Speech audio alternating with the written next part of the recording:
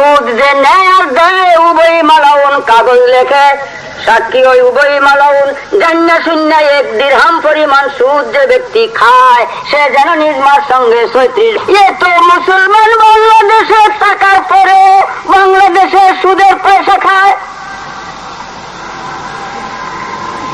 আমি রাষ্ট্রীয় পর্যার চৌকিদারও করব না, চৌকিদারিও নিব না।